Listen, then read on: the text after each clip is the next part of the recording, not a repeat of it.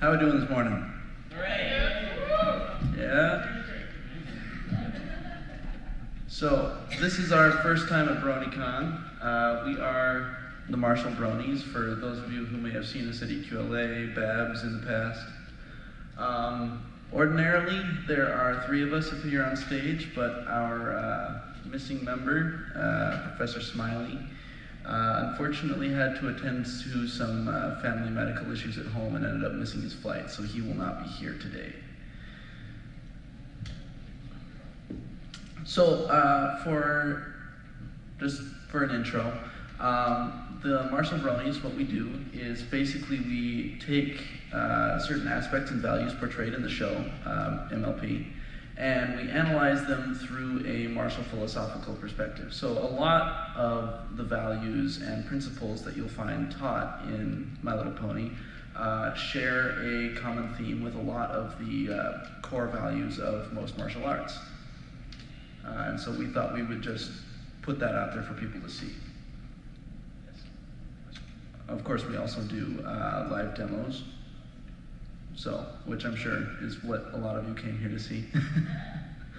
And on to the question that we've gotten the last several times that we've appeared and spoken to people is how this all got started.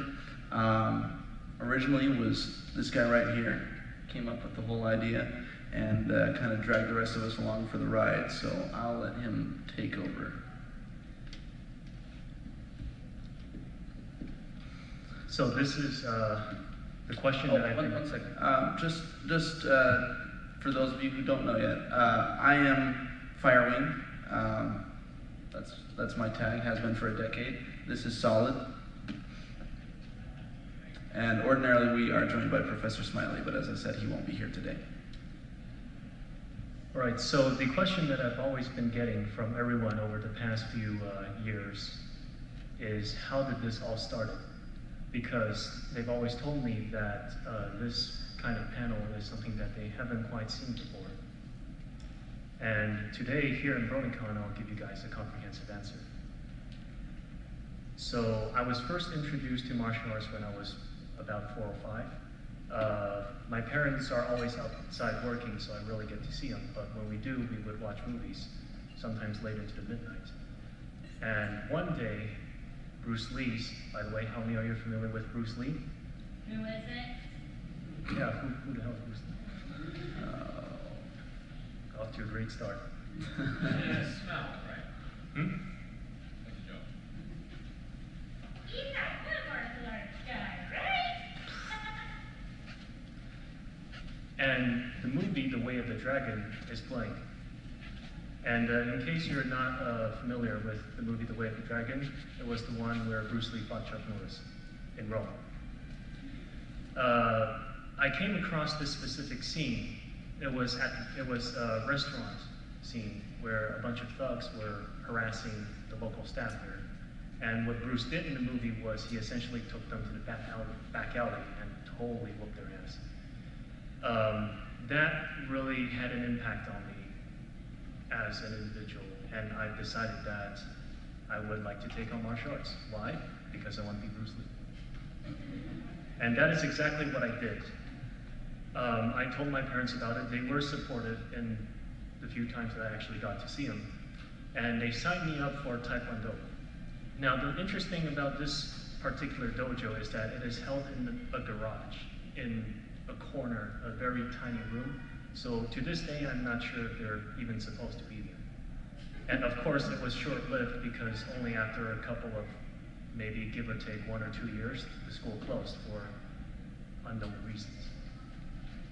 So of course, I had to find another place, and I took up karate. About 5th grade is when I moved into a relatively prestigious school in Shanghai.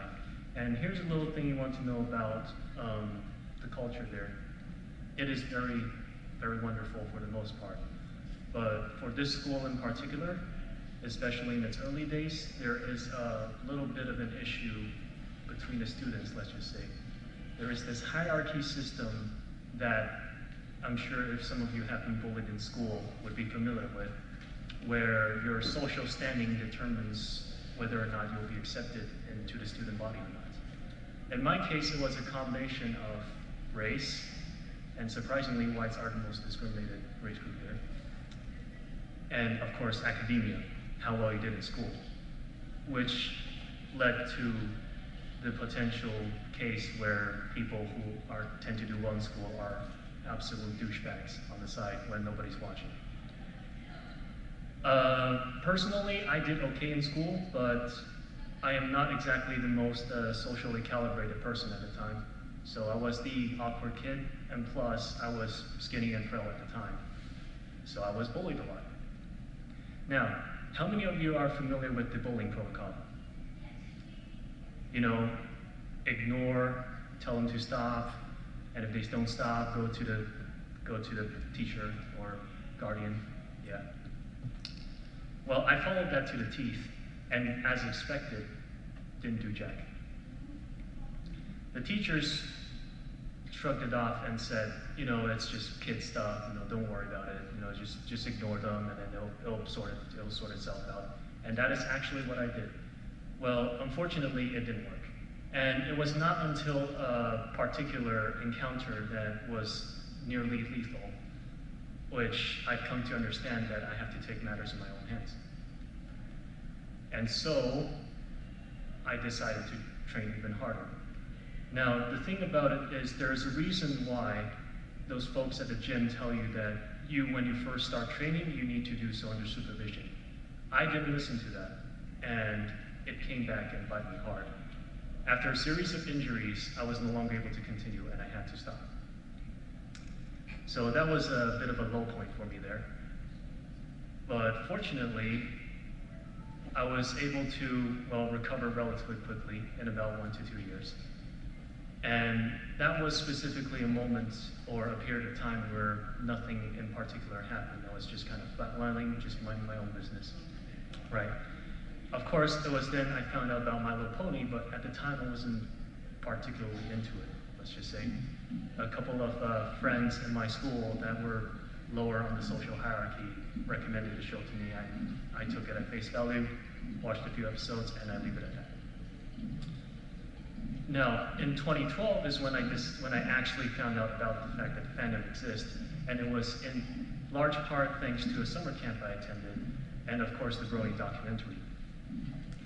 I made a good ton of friends online, and of course in school, when I mentioned the show to them.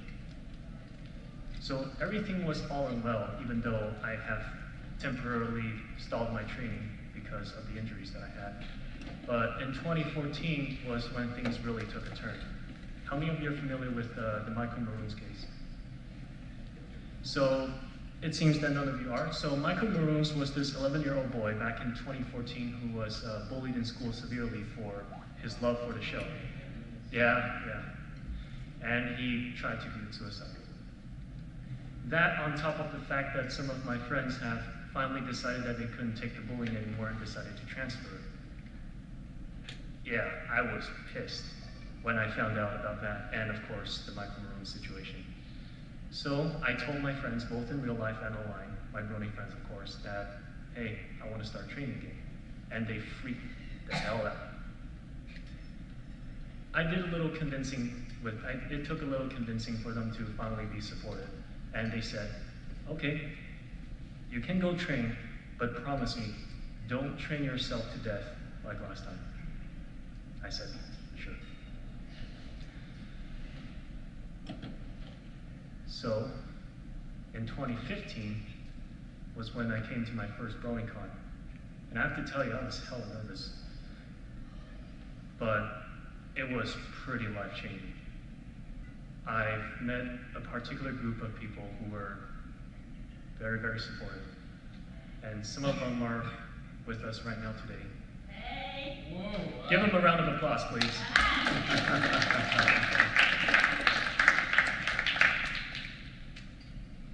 Yeah, that 3 days was really something. You mind if we back? We didn't ask for that. But I'll take it. Sorry. 2016. I got into a relatively good university here in the United States, and that's when I decided I wanted to move here. When I moved here, the first thing that I did, of course, was to find the nearest dojo or kwon, anywhere that I can train martial arts in. And that is when I found that literally 15 minutes away from my school, there was this little park, and there was a sifu there that teaches Jeet Kune Do. Now I had absolutely no idea what that was, but it sounded cool, and I looked it up on the internet. And that is when I found out that it was actually Bruce Lee who developed it. What a coincidence. But right there on this third, fourth page of the Google images was this. The medicine for my suffering I had within me from the very beginning, but I did not take it. My ailment came from within myself, but I did not observe it until this moment. Now I see that I will never find a light unless, like the candle, I am my own fuel. Bruce Lee. I had absolutely no idea what he said, but it is so freaking cool. And that is the one, so I decided to use that as my profile page for the time that lasted.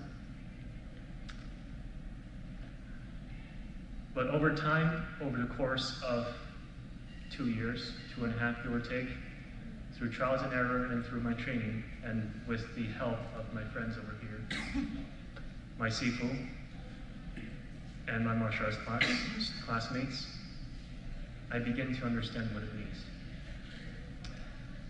Even though the experiences that I have has already passed, it was my personal attachment, or rather say obsession, with those experiences that are still causing me my own suffering. I understood that I was both the answer and the source to my own suffering, that only I can do something about it. And that is exactly what I did.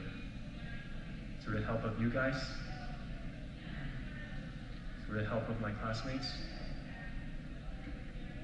through the help of my, gosh, if only Casey's here. That's him in the yes, bottom picture. Bottom right, that is the professor. He is the man who has taught me everything about women. Different panel, guys, different panel. That is a different panel. Yes, yes it is. But he is a really good person, if only he is here with us right now. But yeah, those 2.5 years have been a hell of a ride. It's all thanks to you guys that I'm now sitting here today doing a panel on martial arts. Now, before we give the floor to Joseph to fire me, I have a bit of an announcement to make. This year in March, I was doing a private lesson with my sifu, and at the end of it, he told me to go over to his car, and I did. He handed me a mail bag. He handed me a package. I opened it, and I got this. As of March 2018, I am now a certified third-generation Jeet Kune Do instructor. As for what that would mean for the future of martial bronies, we have a couple ideas in mind.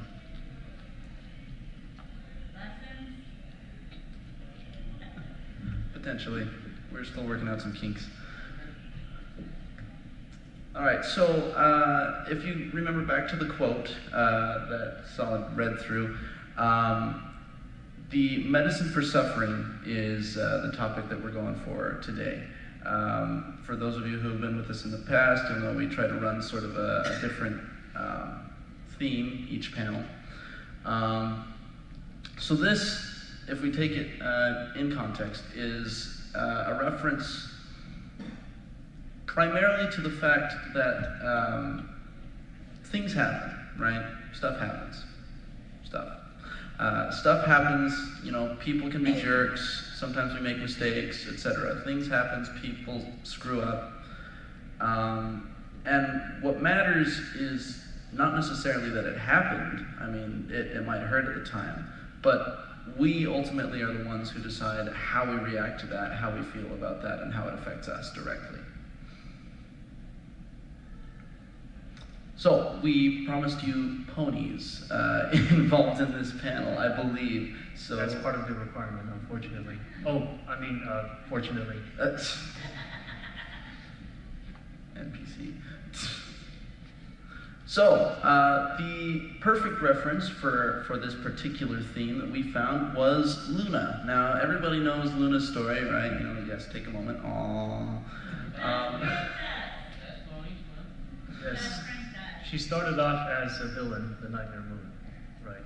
And thanks to Twilight Sparkle and her 5 friends, we saw the now reformed Princess Luna. And you see the progression as you go through, right? You know, she starts out all apologetic, happy to be back with her sister. We see her progress to social interaction, learning, friendship, you know, helping others, becoming an integral part of the show. But what we didn't realize until, what was it, season 5? Season 5, episode 13. Season 5, Do Princesses Dream of Magic Sheep? Was what she was hiding underneath. All this time, the regal face had covered up the fact that she was torturing herself for something she had done. Yes, so she has still not let go of her guilt, and that is what we found out. And what can I say, man? I can find somewhat of a relationship to that, but it is quite different. So what she is essentially doing is self-harm. Now, I personally have not reached that stage yet, but I do know a couple of friends who do, or has. And it really struck me that she would essentially torture herself over her own wrongdoings. Now, in that episode in particular, thanks to the intervention of Main Six, her dream was not a nightmare to her horror. And we later found out why. The Tentipus has escaped her dream and wreaked havoc all across other ponies' dreams. All of that eventually led to a final battle and the revelation that Luna has been punishing herself for what she has done. Originally, we were going to insert a clip here, hence all of our technical issues at the beginning, but we'll basically gloss over this. It's the scene where Luna admits to the fact that the Tentipus came originally from her, right? And finally is able to forgive herself. Yes, so the key takeaway from this video is what Twilight has said. What Luna has been doing during that entire episode was she's trying to rectify it. She's been trying to rectify her own mistakes. And that is what Twilight mentioned to convince her that she is no longer the pony that she was. Now, what Luna has not realized is that she is different than she used to be. But it is the fact that she is clinging onto her past, her former identity as the Nightmare Moon, that has been tormenting her for all of eternity. And it was not until she let go of it that she has finally came into terms with herself. Now, an interesting thing about the Tentipus, when the Tentipus was defeated with a quote, the Tentipus returned to Luna herself. That is a pretty big symbolization of the fact that the Tentipus is not necessarily evil, but is really a manifestation of herself. It is a part of who she is. And yet, when she became the source of her own suffering by punishing herself and constantly lamenting on her own wrongdoings, the Tentipus manifested into a monster. Now, for those of you who may have had personal experiences, either because somebody else has done something really terrible to you, Or maybe that you have done terrible things to other people. This tantibus inside you may have manifested into something that you do not wish that it would become. But it doesn't have to be that way. What is this? It's the Martial Bronies panel. Take a seat. No, we're not saying that it's necessarily easy to get over something like this. We're simply saying that the best way to get over it is to change how you think about it rather than necessarily trying to change the way that other people think about it. Yes, now people are different. Some of us can get over it in a heartbeat. Others would take years or even decades. But as long as you're making the effort, that is all that matters. And the thing is, you don't have to be alone. Ask your friends to help you out. Talk to them, you know? Or maybe seek out those people who can actually really, really help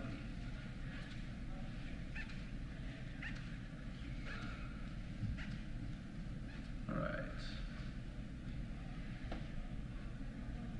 Well, after Luna has came into terms with herself, after she has made peace with her past, she fell into a peaceful slumber. But that's not. Because cute. Yeah. Sleeping Luna is always cute. And it's always cute. What? Yeah. I believe we're at exhibition stage. Yes. What time is it? Oh, that's right. Exhibition. So, some of you, at least a couple of you in here, I'm sure have seen some of this before. What we're demonstrating today will be a couple of different techniques and drills. One, we picked basically on theme relevance, and it's a sacrificial technique. You know, it's not always easy to get somewhere, but it can be worth the pain in the end. Good. So now we're going to need one volunteer from the audience. Also, in answer to your question, it is 4 o'clock. Thank you. Eeny, meeny, miny, you. All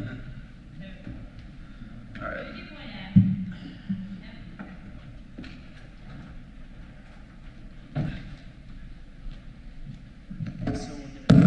So since our professor is not here today, we're going to need you to help us hold the mic so we can talk.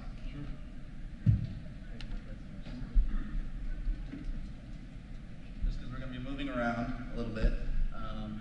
The first technique, as I said, is a sacrificial throw. What the purpose basically is to, say you're in a grapple or you have someone charging, right? It's to move them past you or redirect them without having to directly engage. Now, in an actual combat scenario, what this looks like, and we're going to demonstrate in a controlled demo, simply because I don't want him to run at me. Oh, no. Go at full speed. I got this. Are you sure? Yes. We're not going to break him, I promise. But say you're in grapple hold, right?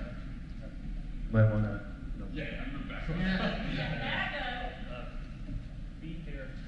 be there to pick me up just in case I break.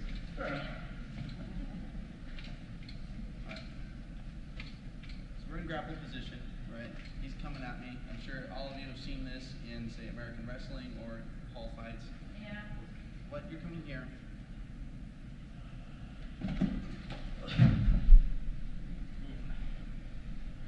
You okay?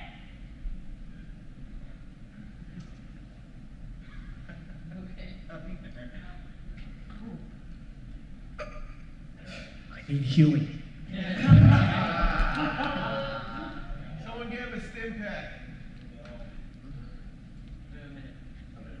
He's playing it off. It's a wild joke. Yeah. Okay. want to do in slow motion? So, yeah. Oh, just a disclaimer, as you see firsthand here. Do not try this at home.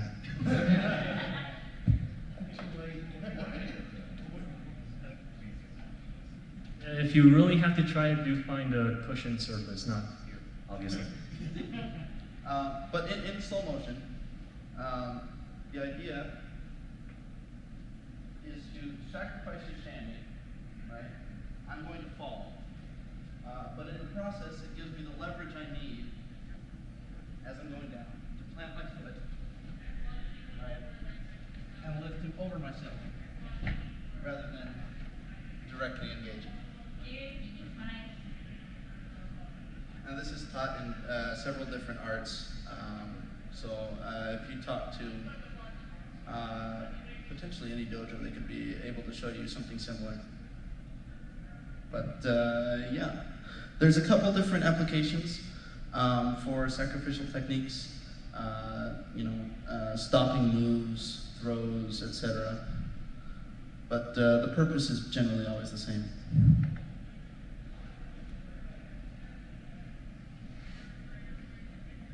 So as you can see, sometimes in an encounter, you may not necessarily be able to be in a position that is necessarily ideal for you.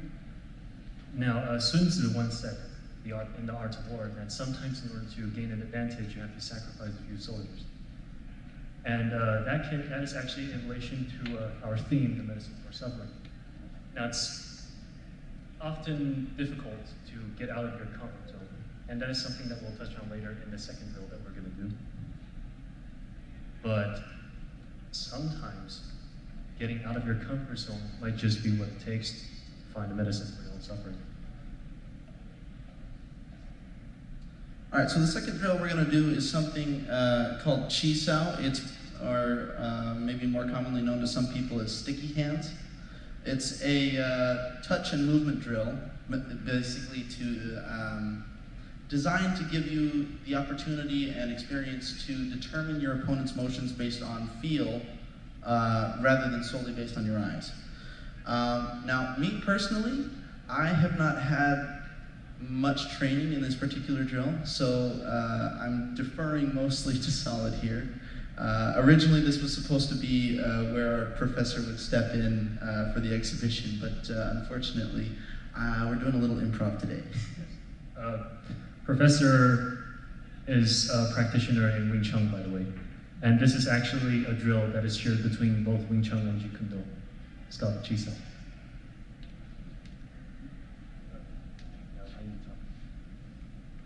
So you can think of Chi Sao as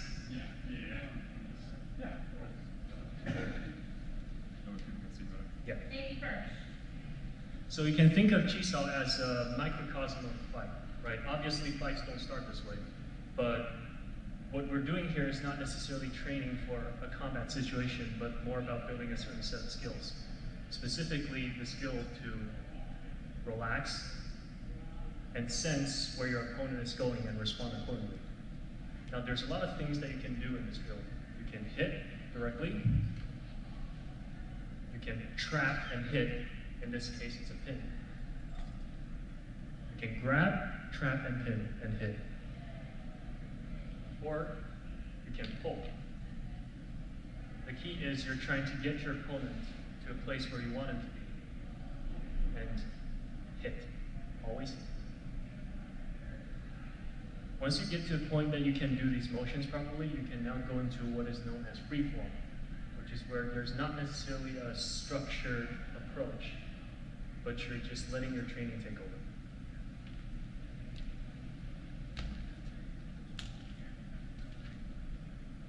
So what you want to do is you want to find openings, right? And simply adjust and respond to the situation at hand. And we're obviously not going to hit each other in the face, we're just making a motion. Because last time at BabsCon, Professor got me real good on the nose. I don't want to repeat that again.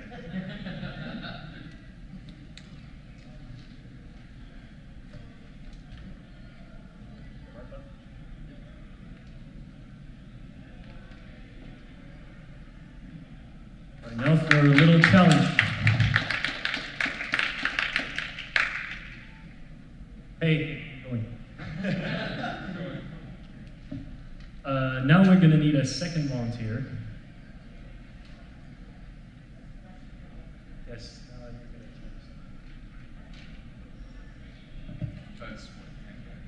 to No, ice. Don't take this out of context, please.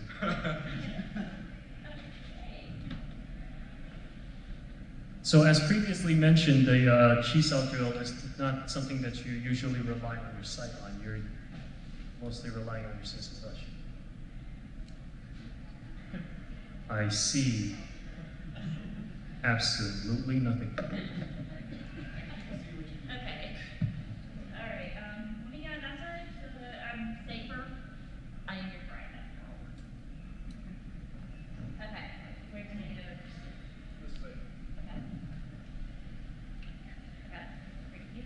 So the primary purpose of this particular demo is going to be basically to show that the drill is based on touch, not on sight. Now, me, I'm not confident enough to do this, but Solid here can function in the drill, obviously, without relying on his eyes. Hello? Hi. Yeah. So as you can see here, I'm not using my eyes. Now, when you're going about your everyday life, most people generally rely on their sense of sight. And especially when you're doing this sort of thing for the first time. Shit. Yeah, PG. Now, especially when you're doing this, right? You're not using your sense of sight. And that could be, frankly, quite frightening the first time. But it's all about discipline and training. When you get used to this, you'll no longer be afraid of it, right? And it hit the mic. Did I hit the mic? You guys hit the mic. Oh, just make sure I don't hit you. And as you become more confident in your own training, you'll realize that, hey, it's not too bad. Just let the training take over, right? And all is well. That is when you found the medicine to your suffering.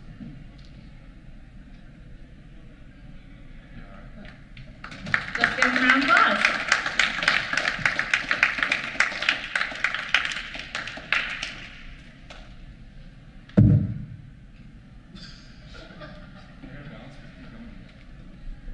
If y'all have any questions regarding our theme, our disciplines, what we do, where we might be in the future, feel free to step on up.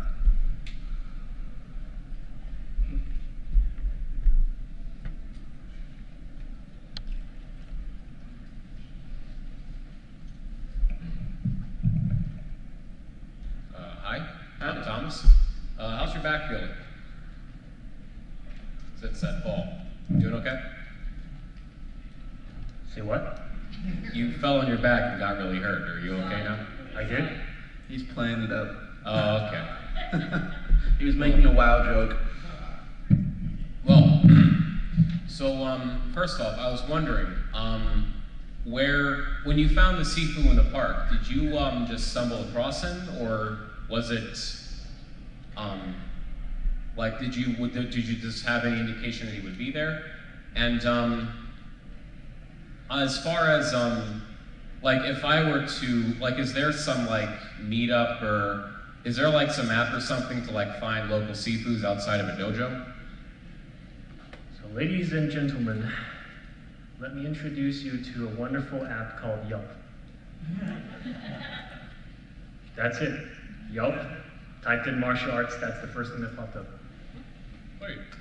Now, as far as finding the Sifu goes, it will depend on what specific style you want to do. Now, just curious, what are you interested in? I did Taekwondo many years ago, and karate before that. There's been a pretty long gap between then and now, but I was actually looking into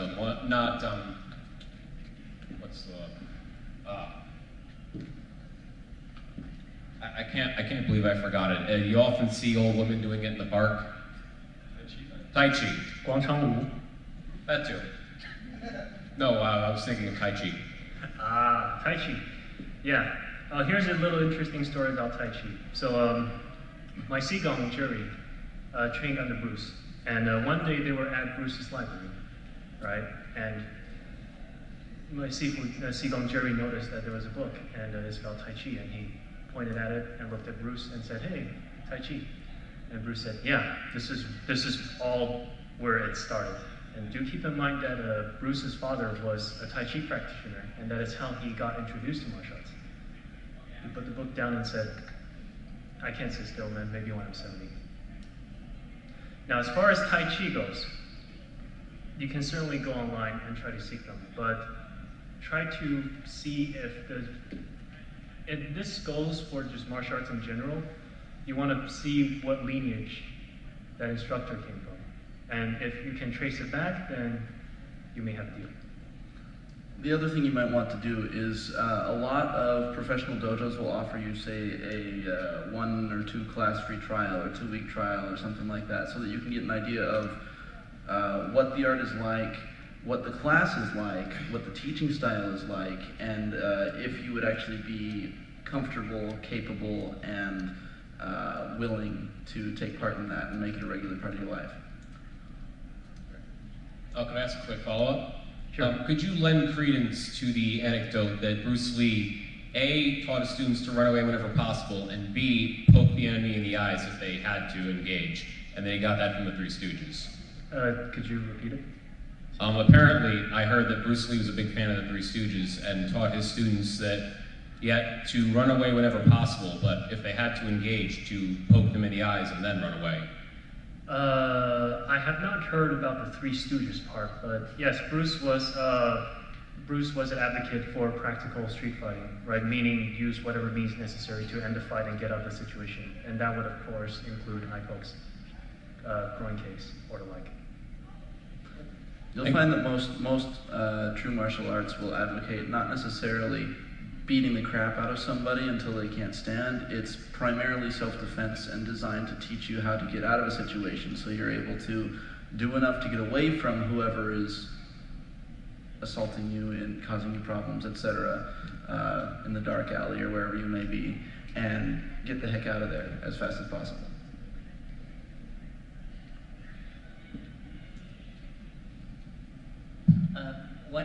A quick question I've been having for a while is there any martial arts or self-defense classes that people can take that are on Kumiden for the rest of their lives?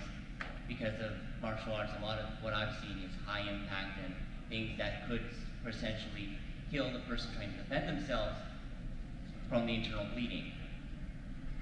You mean? I'm not sure exactly what you're asking. I'm on Kumiden for the rest of my life, and I don't know if I'll be able to have access to concealed carry wherever I go. And I'm just wondering, is there any way of self-defense that could help me get out of the situation? But Kuma what now? Coumadin, it is a blood thinner. It is. Ah, okay. Oh. So you're saying for individuals with medical conditions, Yes. what they can do? Yes. There are some martial arts that primarily teach you more throws and deflection rather than like direct impact and strikes. I can't name one just off the top of my head. I think jujitsu might be. So now here's the thing. But there are martial arts out there that are designed basically to redirect or throw and escape without having to engage in actual like fist fighting. If that helps. Now, as far as the blood thinner is concerned, what are you concerned about? Or really, what is your physician concerned about? High impact and it's causing bruising and internal bleeding. Ah.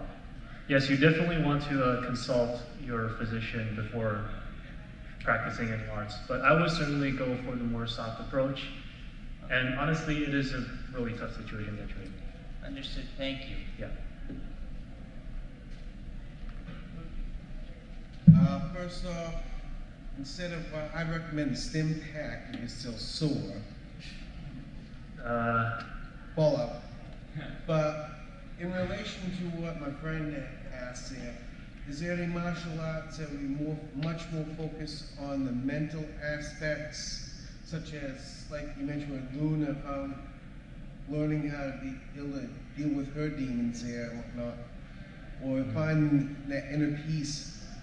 Because some of us would have limited mobility due to back injuries, or like prior hernia type injuries, or cardiac issues as well. Yes. So, if it's the mental aspect of the martial arts that you seek, while it is absolutely fantastic if you're able to do it physically, right? I understand that some people may not be able to. There are other options that you can take that can achieve a similar effect, such as meditation, qigong, right? You can definitely go seek these options out instead of absolutely having to do something physical. Qigong? Qigong, yes. Could you write that down for me so that I would have something I could type in and make sure to type Sure, it down? I'll come up to me after the panel ends and I'll help you out with that. Thank you very much. Welcome. All right, so Thanks for helping out, by the way. Absolutely. So I grew up in Texas, and so there's a lot of kids there where they're raised by the mentality to be the toughest, greatest, most badass on the planet, and there's very little humility in their mindset, especially growing up. I've had family members that they're 8, 9 years old, and they came into the mindset of like they keep telling me that their senseis or their masters taught them that you should do everything to incapacitate your opponent possible, and that you should not let them up because they will not learn to not act again if they're just slightly. You should always use aggression. What I want to do in the future is potentially change that mentality and change the mentality of others, because aggression is not the way to inner peace. I'm sure you would agree. Oh, that is a very complex question. A really good question. I'm not sure I understand exactly what you're asking though. Okay, so what do you, with that, like with what I've given you and what I've told you, what is the best way to prevent people from acting so aggressively because they take these black belt courses or they go to these taekwondo courses where it's all about aggression and anger instead of finding inner peace and only fighting when you need to? So I think there seems to be 3 questions or 3 concerns wrapped into one. So there's one about aggression, obviously. There is one about humility, and there is one about seeking alternative paths. Right? Is that correct? Right. Right. So about aggression. Now, there is a certain point, right, where you know it's about to go down. You can't run. The other person is just in your face. He's probably even has a fist race and he's ready to punch you. What my Sifu advocates for, or what I have learned, what works is you shut the person down. Now, does that mean you have to turn him into a cripple? Does that mean you have to kill him? I mean, totally brutalizing. Absolutely not. Not only it's got I guess a moral dilemma there. There's also legal ramifications. Right. Obviously, right. So incapacitate, not necessarily, but aggression is something that I would agree with. You want to shut the person down and then get out. Now, moving on to humility. That is also a very good question. Yes, there is let's just say a lot of individuals out there who may not necessarily grasp that, the idea of not having the ego, right? But they're always showboating and stuff. The best way is just for them to get their ass handed to them. I mean, I don't really know for these guys that because they in their mind. It is. Everything is relative. Yeah. Well, the thing is that for these guys, they're stuck in a mentality, right? They're stuck in that aggressive. I am the best. There's no one else that can ever beat me. right? And they'll be stuck there. They'll never be able to find that other side, which is your third point, seeking the alternative, finding the more soft side of martial arts. And that is something that you can find, though it might take some work for you, because according to you in Texas, there's most of the dojos that you came across are the more aggressive type, right? So as I said, you can find Qigong, meditation, Tai Chi, right, the more soft arts, and specifically Eastern arts. Now that's one thing I noticed. Western arts, like boxing, and with the MMA craze that's popped up since, yeah, it's really about aggression. And especially when you start involving tournament, that ego, showboating aspect really starts to show. But Eastern arts, from Japan, from Korea, from China, they definitely explore more of that soft aspect, and I think that's something that you can see. One final question. Now, it's not necessarily me that's these things. I'm just trying to change.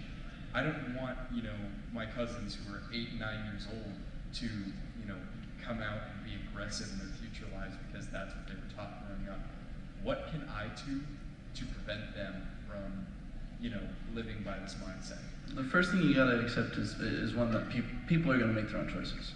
Yeah, I like your attitude. Give him a round of applause, man. Making a change.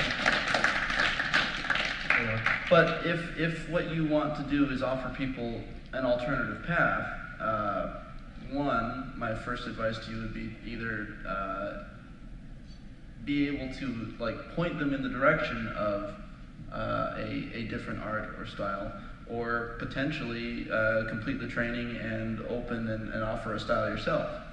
And that will come across to them in the way that you teach, in the way that you portray yourself and your art.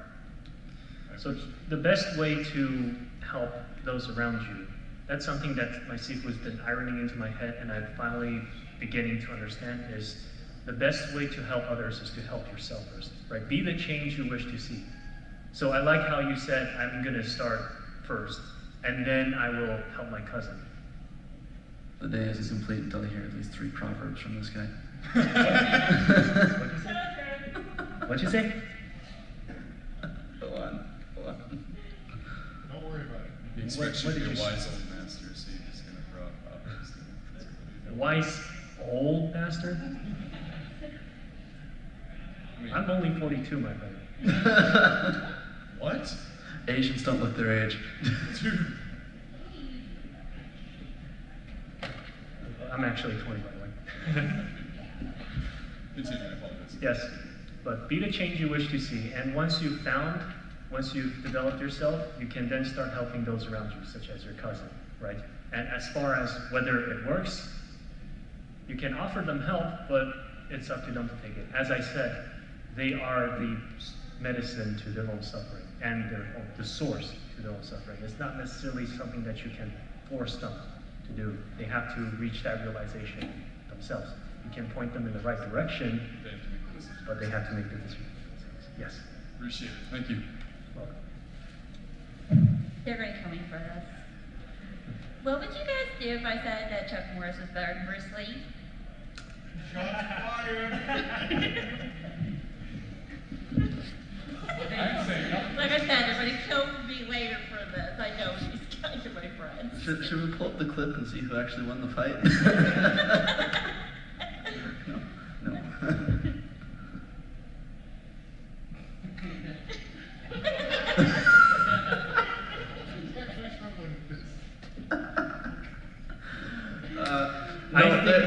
They're both very good in their own right. I wouldn't necessarily bet on one or the other in a fight. So I always like to think that Chuck and Bruce were really close. Like they were good buddies. They trained together. And honestly, I would see them, there's a better chance of them sitting down together and have a can of root beer than, duking it out and trying to decide who's best. Yeah, They only fought for the movie. Yeah. I know. I'm just messing with y'all. I had to. You guys put me all the time.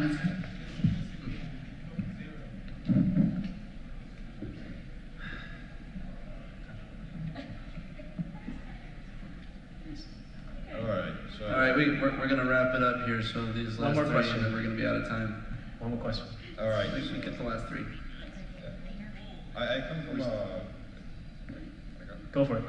my martial arts experience comes from the like Army combat program, where it's like mostly defensive ground fighting and trying to get yourself out of situations sooner, but to more different ends.